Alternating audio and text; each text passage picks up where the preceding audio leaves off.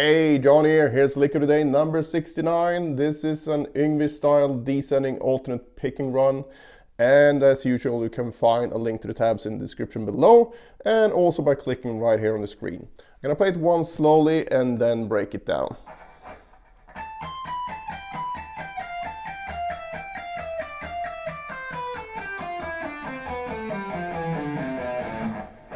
Alright, this one is based on the A minor scale, natural minor, same notes as the C major, but we hear A as a root note, so it's gonna sound like A minor.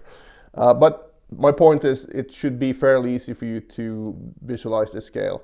I'm just gonna show you the notes on the high E string first, and then show you the sequence. So we have 20, 19, 17, 15, 13, 12, and then 10. And from here we're gonna go down 13, 12, 10, 12, 10, 9, 12, 10, 9, 12, 10, 8, 7. So we have a position shift on the A string, and then 10, 8, 7, 5. And that's basically the run as well, because once we get to this point, we're just going to be basically just going to be a descending scale. So, sequence here, since it says it's an Yngwie style thing, I'm going to use basically one of his trademark sequences. So it's going to be a group of 4 sequence, but we're going to use 3 notes at a time. So we start here, 17, 19, 20. Number the notes from left to right, 1, 2, 3. We're going to go 1, 3, 2, 1. Shift it down to 15, 17, 19, and then do the same sequence. 1, 3, 2, 1. Shift down to 13, 1, 3, 2, 1. 12, 1, 3, 2, 1. 10, 1, 3, 2, 1. So if we combine that, starting with a downstroke.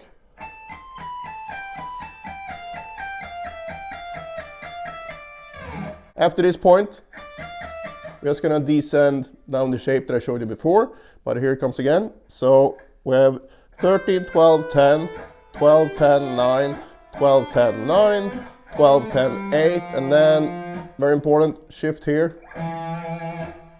So to 7, and then we have 10, 8, 7, and finally the root. So why I put the shift here, I could basically put the shift there, you know, pretty much anywhere. But I chose this place because it's a half step. It's just easier to get the shift without getting that kind of sound. So what you want to focus on when you practice this, besides being accurate and getting the synchronization right and all that stuff, is that you don't hear the position shifts. So as much as possible, try to avoid getting those sliding sounds. Instead, you want to focus on really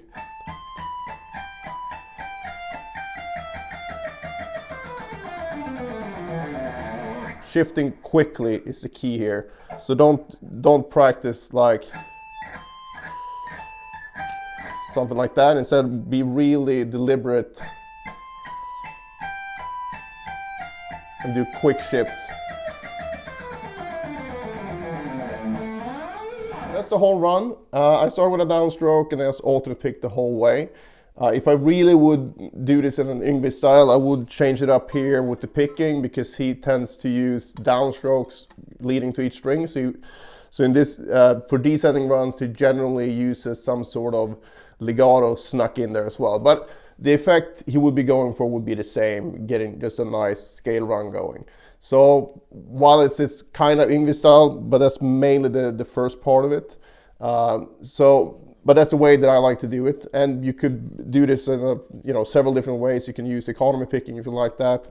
Combination of legato and picking and whatever. But I alternate pick it. As far as practicing this, work on the initial sequence and then work on the actual scale going down. That's what I would suggest. And also, a really good way to get this down is to use some practice method that I call beat to beat. And basically, it's kind of like a speed burst in a way, because you try to keep the tempo quite high as you can handle, but you reduce the amount of notes instead. So in this case, you would start by mapping out all the beats. You have 1, 2, 3, 4, 5, and basically each group of 4. And then you would play from beat to beat, hence the name. So you would go 1, 2, 3, 4, 1. Get that down. and then start on the second beat. This is important, so you don't start over here. So you want to start here where you stopped before. And if you find that even this is hard, you can just build it up by doing a regular speed burst where you add one note at a time. And then you move on from there.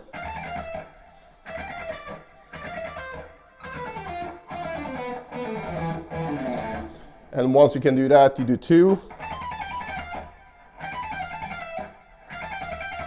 And so on throughout the whole thing. And then when you can do that, you do 3 groups.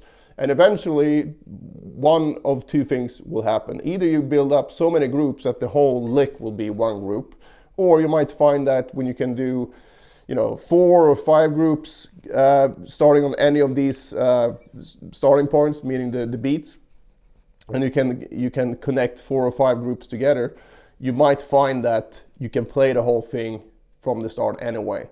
So it's a really good way to practice specific licks, I find. And also it's a really good way to find what problem areas you actually have in the lick.